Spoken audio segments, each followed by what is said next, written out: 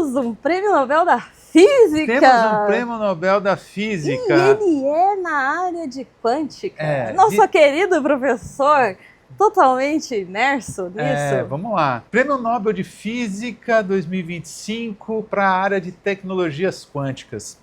Sabe que até recentemente eu falei no TED, né, no TEDx aqui de São José dos Campos, o Prêmio Nobel. Na minha fala ali eu citei o Prêmio Nobel de Física de 2025 e também citei o fato de que este ano é o ano, foi estabelecido por ONU e Unesco, é o ano das tecnologias quânticas. A gente vive o ano das tecnologias quânticas, só que nunca teve tão pronunciado ao mesmo coaches e terapeutas que se autoclassificam como coaches ou terapeutas quânticos, falando um montão de asneira a respeito desse tema, coisas que realmente não têm endosso científico, e eles buscando justamente credibilizar uma prática que é holística, utilizando uma terminologia física e científica. Então eu gostaria, antes de mais nada, o que eu gostaria de deixar claro aqui para o pessoal, gente, a física quântica, ela está mais na tua vida, muito mais na tua vida do que você pode pensar. Uhum. Olha só onde que você encontra a física quântica. No sensor do elevador, do prédio ou do prédio onde você mora, onde você trabalha. Tem física quântica ali, tem efeito fotoelétrico. No chip do seu celular, em LEDs da televisão que você pode ter na tua casa. A física quântica está presente em um montão de coisas na tua vida. E o prêmio Nobel, quem ganhou o prêmio Nobel foram 3 pessoas. John Clark, John Martinis e Michael Deverett. Esses 3 caras, eles ganharam o prêmio Nobel de Física, que um prêmio Nobel está diretamente relacionado a essa área de tecnologias quânticas, porque o que eles conseguiram fazer? Demonstrar experimentalmente de que alguns efeitos que são tipicamente quânticos, ou seja, que você só vai ver realmente, a gente pensava que a gente só conseguiria ver em escala quântica, você consegue observar, perceber esses efeitos em nível macroscópico. Só que vamos deixar claro, em nível macroscópico não é aqui eu atravessar a parede, tá?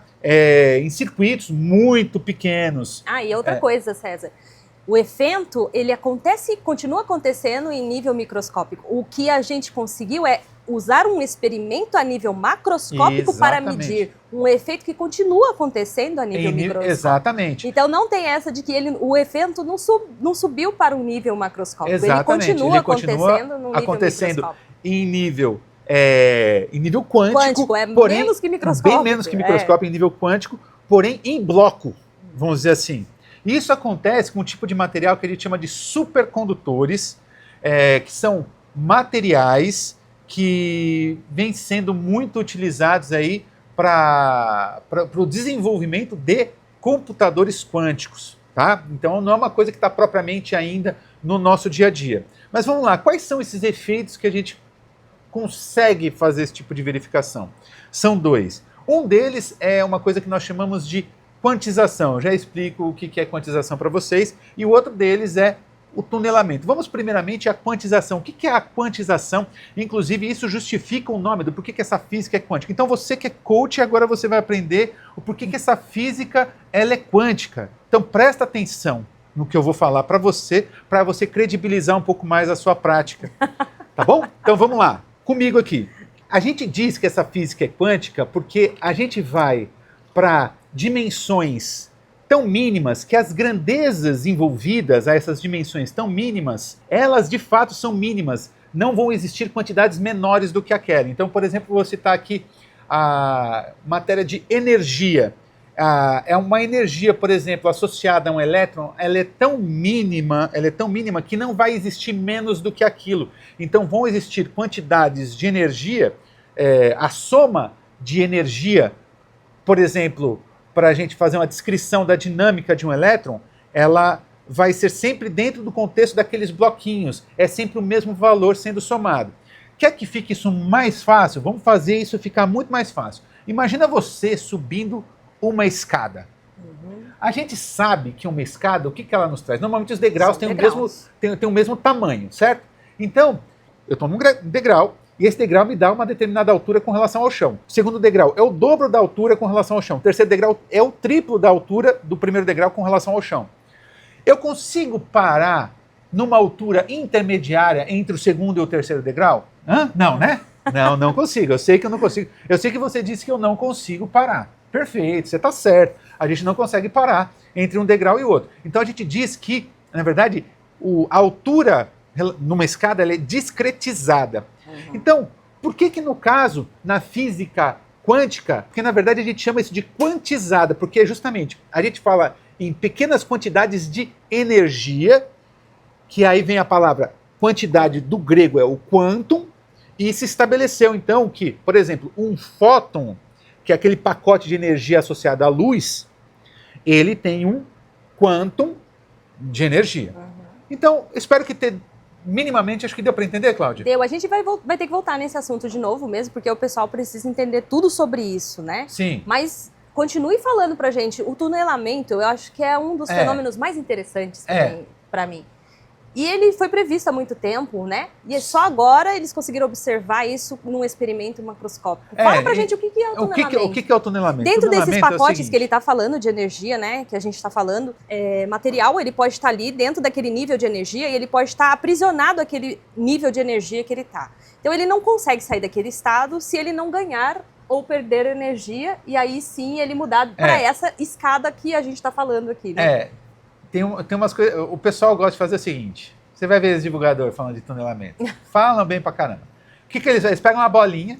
É a tal da bolinha na parede. Pega uma bolinha de tênis e joga na parede. Aí eles perguntam: a bolinha vai conseguir passar na parede? Óbvio que não, né? Óbvio que não. Mas se fosse uma partícula quântica, conseguiria. Também não. Falou bobagem. Então vamos lá. Não, a coisa não funciona assim. O tunelamento quântico é o seguinte, ele está diretamente relacionado ao fato de uma partícula quântica, ela, antes que eu faça uma medida nela, a dinâmica dela é descrita por uma função de probabilidades. Então, tipo, eu não sei dizer exatamente onde ela está, mas eu sei dizer a probabilidade dela estar em qualquer lugar. Então, quando você tem uma barreira de potencial, que é o que o pessoal gosta de colocar como exemplo uma parede, mas essa barreira de potencial pode ser qualquer coisa. Depois eu vou até citar o exemplo do Sol, que é bem interessante. Eu tenho uma barreira de potencial, então tem uma partícula, um elétron, e aqui eu tenho uma barreira de potencial. Imagina que tem um muro aqui, uma parede, tá bom? E o elétron aqui, beleza? Então na hora que eu vou, naquele instante em que ele está próximo a essa barreira de potencial, quando eu vou fazer essa análise, antes de fazer uma medida nele, eu vou fazer essa análise meio que estatística, analisar as probabilidades relacionadas à posição dele, existe uma probabilidade dele ter atravessado a parede. Só que é probabilidade. Como a gente sempre está falando, quando a gente está falando de elétrons, essas coisas muito pequenas, a gente sempre está falando de coisas que é bilhão, trilhão. Então, essa probabilidade, ela de fato acontece. Isso realmente acontece. Então, um elétron, entre aspas, ele pode atravessar uma parede porque existe essa probabilidade de atravessar a parede. Existe, Cláudia, a probabilidade de eu atravessar a parede? Fala pra mim. Não. Não, porque é tão ínfima, que eu precisaria de um tempo que é tipo alguns trilhões de vezes a idade do próprio universo para que minha estrutura seja capaz de atravessar uma parede. Então, é óbvio que não. Isso não acontece com a gente, tá? E no experimento, o que eles fizeram foi criar mesmo um experimento numa escala bem microscópica mesmo, fazer dois barramentos onde a gente tinha uma corrente passando por um desses barramentos, com uma separação muito, muito pequena, numa temperatura extremamente baixa, e fazer a medida nesse outro barramento e ver se esse outro barramento era capaz de fazer essa medida desse tunelamento dessa corrente passando. E o que eles conseguiram é que, de vez em quando, dentro dos contextos da probabilidade, eles detectaram, então, uma corrente. Sim, exatamente. Perfeito. Pronto. Esse é o Prêmio Nobel. Parabéns para eles. Muito bom. Você sabia que eles se basearam no trabalho de um brasileiro? Almir Cadeira, grande professor. A gente vai deixar uma fotinho dele aqui para vocês. Aproveitando que você citou essa deixa, e o Sol? Você colocou... é verdade, vamos falar do Sol. Eu quero saber o tunelamento no Sol, porque você sabe que eu sou da turma do Sol, né, gente? Primeiro, Primeiro é o seguinte, o pessoal fala muito em física nuclear, fusão nuclear. Primeiro, você só existe, você, pessoa, só existe aqui nessa esfera terrena por conta da fusão nuclear, tá bom? Por quê? Porque ocorre fusão nuclear no núcleo do Sol, e é essa fusão nuclear que ocorre no núcleo do Sol que gera uma pressão de radiação que se contrapõe à pressão gravitacional, que faz com que o Sol não colapse. Então é esse. E essa mesma radiação que gera essa pressão, ela demora muito tempo para sair do Sol e chega até aqui.